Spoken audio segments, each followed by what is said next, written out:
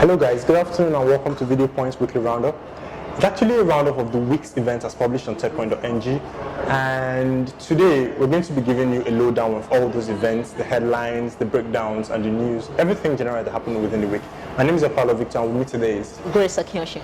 Thank you, Grace. Thank you very much, Victor. Yeah. Well, coming to us first on our list is this. Lagosians can now speak directly to the government via a mobile app. What do you think about that, Victor? Okay, so that's one news that actually shook me a bit because I was excited when I saw it. Like, this is a very good thing. This is a conduit for the government to communicate with the people. That's what the app was meant to do anyway. Now, when you look at the app, it doesn't serve its purpose. Like, that app is bare. There is nothing happening there, you understand? So, as much as the idea behind it is good, I don't think it's a functional thing.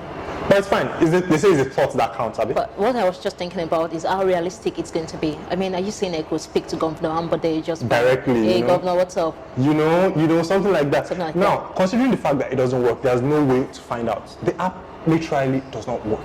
Oh, It doesn't. Yes. But wow. that's fine. Okay, I really wish the app could work.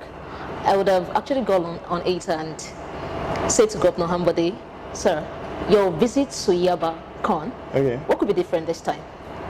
Well, yes.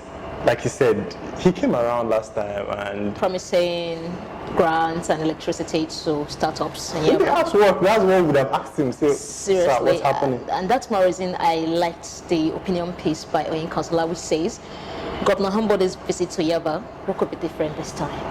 Yeah, considering that he is not the first government functionary that has come around Yaba, made promises and everything. Now, this opinion piece tends to look at this from an objective nature. Like, it examines the pros and cons. Like, what is going to happen?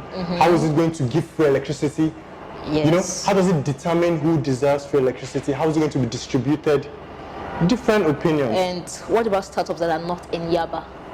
I thought about that the first time. Like, so you're a startup. There is Ikeja, there is Victoria Island, there are various locations for startups in Even Lagos. Lekki.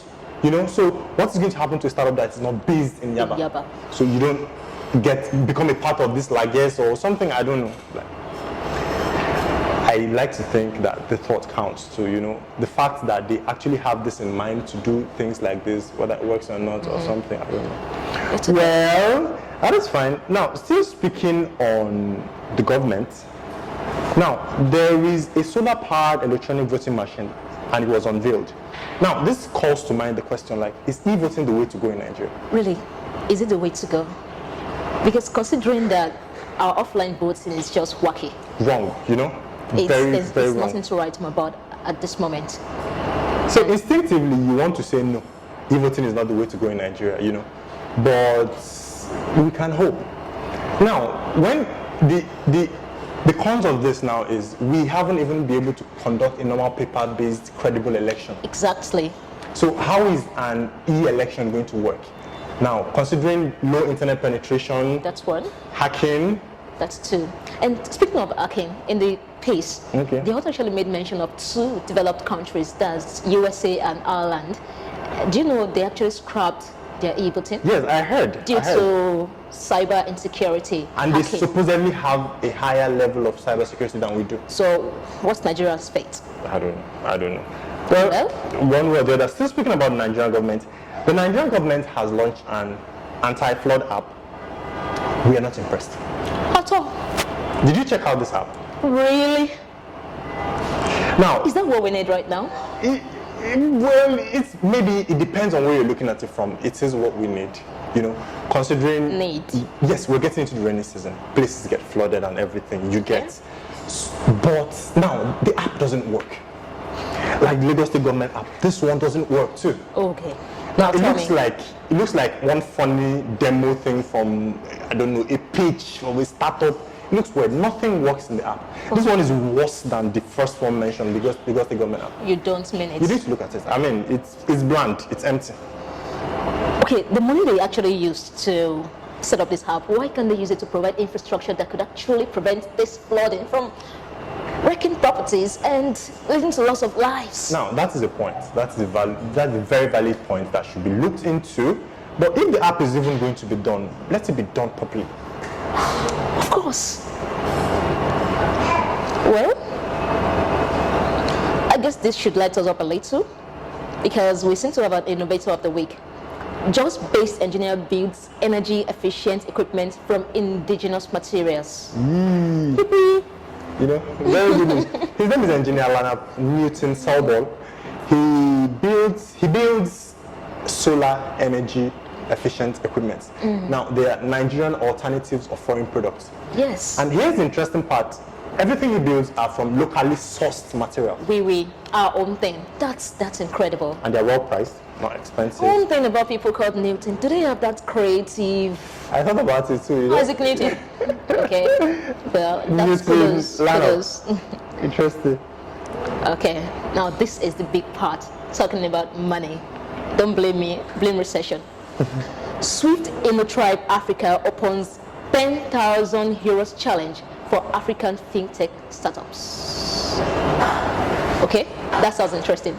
There's plenty of money. There's plenty of money, recession and all. Yes, EcoBank launched its own $500,000 challenge, and this one was last week. Last week, and this one is coming. But wait, why is it just fintech? But sorry, was the EcoBank challenge for Africa or just Nigeria? African fintech startups. The EcoBank was Africa too. Africa. Okay, so now I think the buzz is around fintech in Africa. In Africa, you know, the whole everything being about wanting to bank the unbanked. So fintech is taking over. Fintech is the new wave and everything. Yes. So everybody wants to support fintech. It's the new big deal. Cashless economy. It's the new oil and everything. That's good. Now, more money talk. Lofty Incorporation announces a 25 million Afropreneur Fund 2 to support African startups. More money. Plenty money. African startups. African, not Nigerian. Not Nigerian. Alone.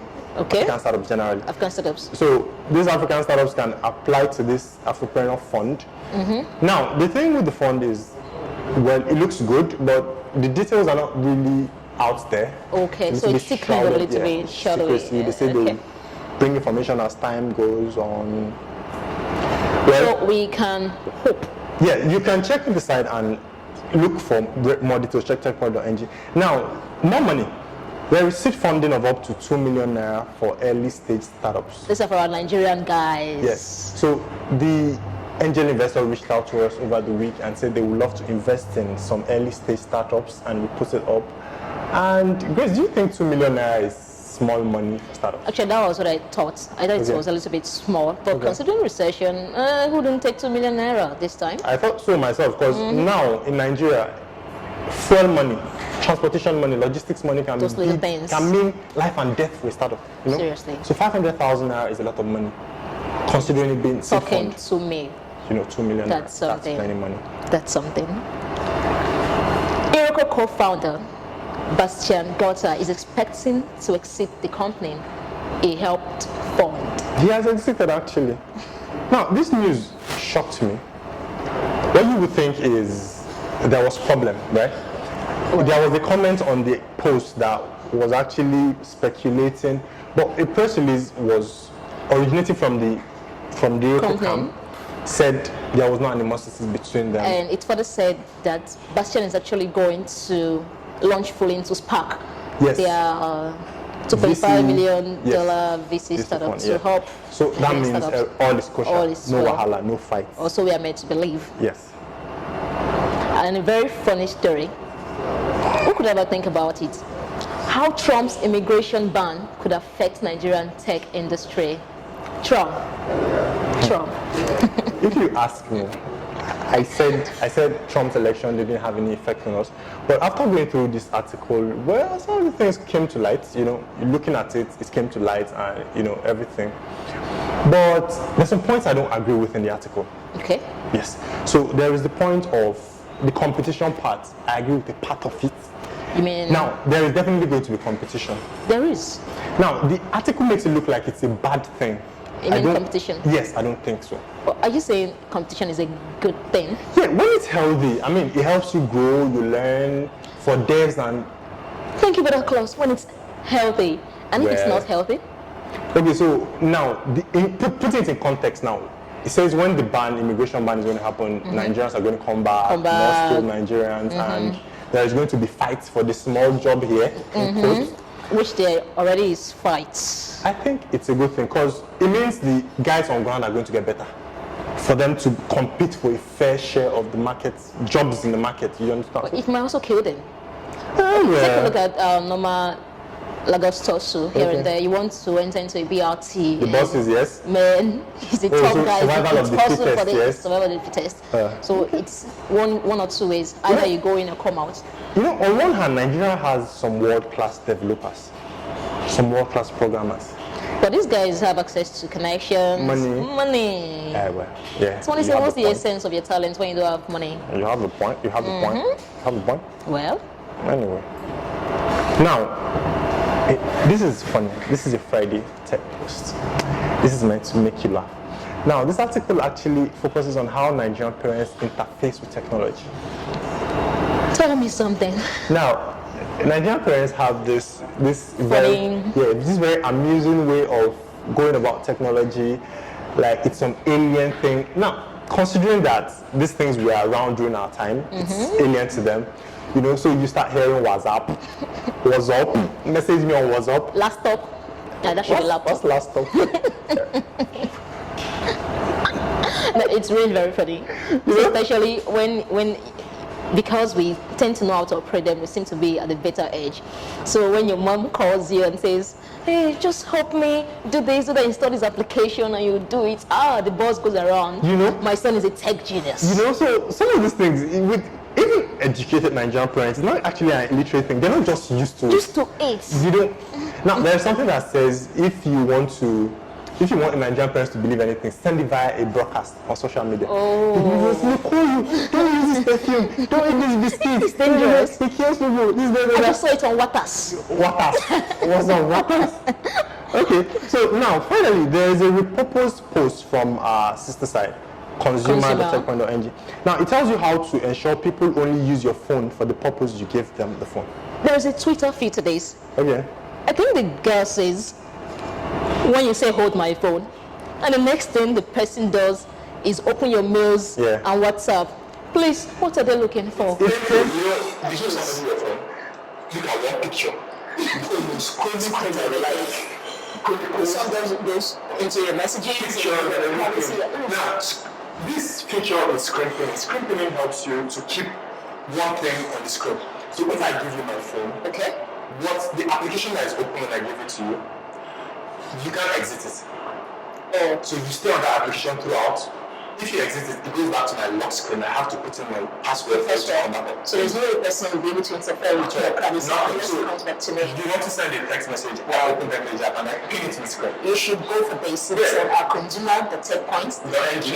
It's actually a step-by-step process on how to get scraping in on your phone, and it trumps everything. It's listed on the site. Yeah, it is. It's there. Step-by-step process. Anyway, that's all for today. Thank you very much. Thank you for joining us. Thank you for staying with us, and we really appreciate. Once again, my name is Grace Akinyoshim. I'm Victor Kwala. Thank you for being with us. See you same time next week.